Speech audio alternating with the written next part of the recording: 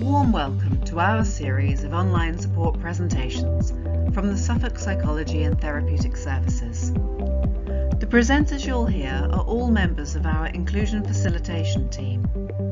They are experts in working therapeutically with children and young people of all ages who find the social and emotional demands of education hard work. You can find out about the huge scope of the range of support that our inclusion facilitators offer by clicking on the web link below. Each of our series follows the same simple premise: to watch at your own speed and learn at your own pace.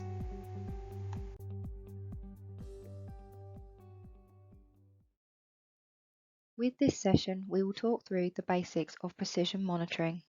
Please firstly take a moment to reflect on your present knowledge about precision monitoring and where you might place yourself along this scale.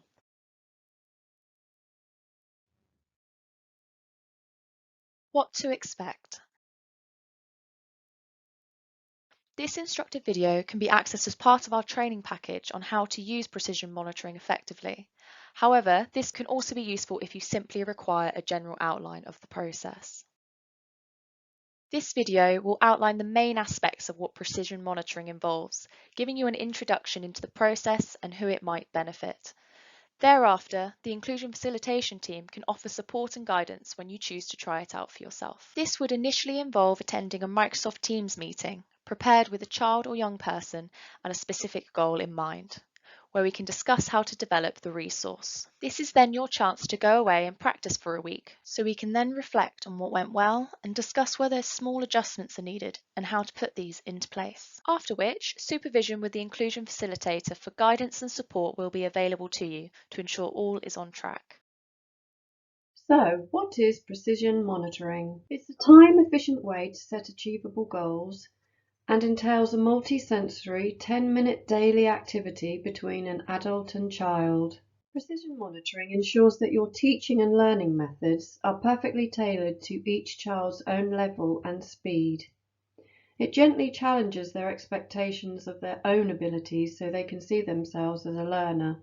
It can focus on any measurable skill that requires improvement for those children who need a different approach to learning. Some key points about what it involves and why we might use it. It is an effective strategy to ensure high levels of fluency and accuracy. Precision monitoring also allows us to monitor and track each tiny increment of progress. The purpose is to assist skills to become fluent and automatic. The use of fluency charts allows teachers to review their teaching behaviours and styles to see what works best or what might need changing, whilst also having fun and being creative to make learning enjoyable. Precision monitoring works across many skill areas and can help with self-esteem and self-concept, for instance when seeing evidence of progress. It uses precise targets which are observable and measurable, and is a way of recording performance each day using a 10-minute model. This might look like 8 minutes of teaching the skill, 1 minute for the child to practice or complete the task whilst you monitor their progress, and finally 1 minute to plot the data using the graph. So who can it help?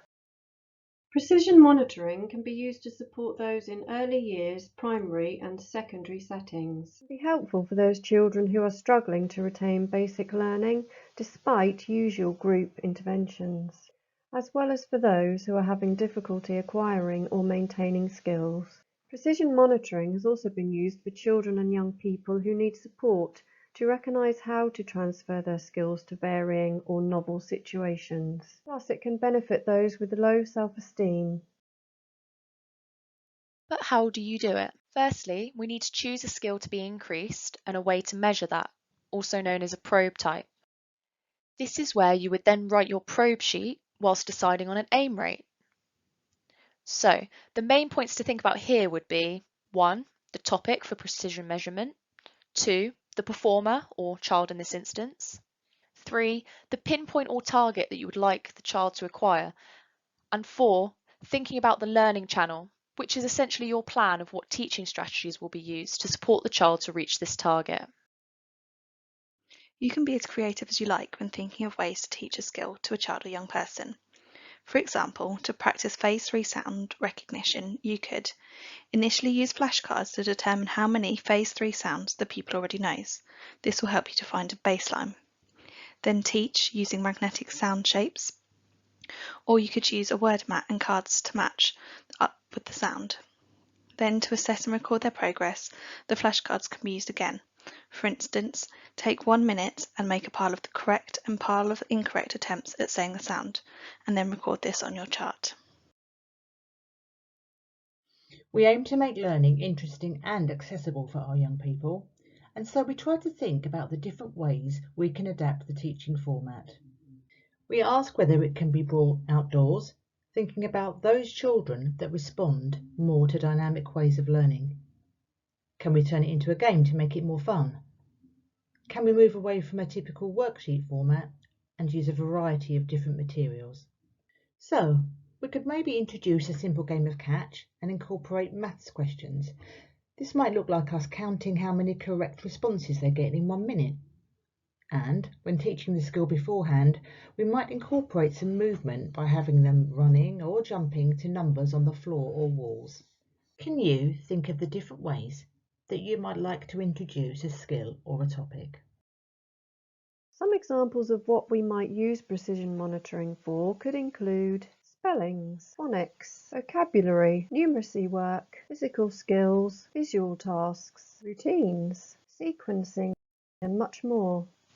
You'll notice in the examples we've shared here that we've incorporated some multi-sensory aspects, as well as opportunities for being outdoors and moving. Be creative, maybe use Play-Doh, sand, or pasta shapes. The next step is to teach this skill, perhaps setting up a 1-minute practice session. As you are teaching the skill or topic, measure and record the pinpoint or target, thinking about frequency, duration, latency, as this will provide useful feedback, such as to see potential progression or for when considering if any changes are needed. This is where you would then chart the data so it can be examined. You might decide to have a separate, more simplified version of this chart so the child can track their own progress. Lastly, with all this information, we can begin the decision-making process. So this is when you might make a data decision to continue, change, or complete the implemented intervention, and this requires some problem solving as we examine the ongoing data in need of change. Generally, aim for 90% consistently, then make tweaks where necessary, but only one thing at a time. Again, thinking about quantity, the time of day, maybe a change in the key adult carrying out the intervention. Or is the environment having any effect? Maybe a change in resources is needed. Then we can focus on how the child can begin to apply their new skills. So, what happens next? An inclusion facilitator can provide guidance on how to begin using precision monitoring with the chosen child and what this might look like. For instance, reviewing the learning objectives, the methods used, and task analysis. We can also offer assistance with planning further sessions alongside designing and adapting probes. Part of the supervision also includes support with how to use the fluency charts and analysing the data, as well as providing support when evaluating progress. We have provided links and contact details at the end of this video should you want further information on how to access this. Thank you for listening to our presentation. Please, would you take a moment to remember the number that you chose at the start? Reflecting now on what you have learned, where would you now place yourself along this scale? We hope that it's a slightly higher number and that our introduction to this topic has been both helpful and interesting to you. Of course, if you'd like to get in touch for further information about our training package or have any further questions, please email us. The initial link will take you to our website where you can access some free resources. And we have also provided some further links that are specific to precision monitoring, where you can find probe sheets and some handy tips or ideas.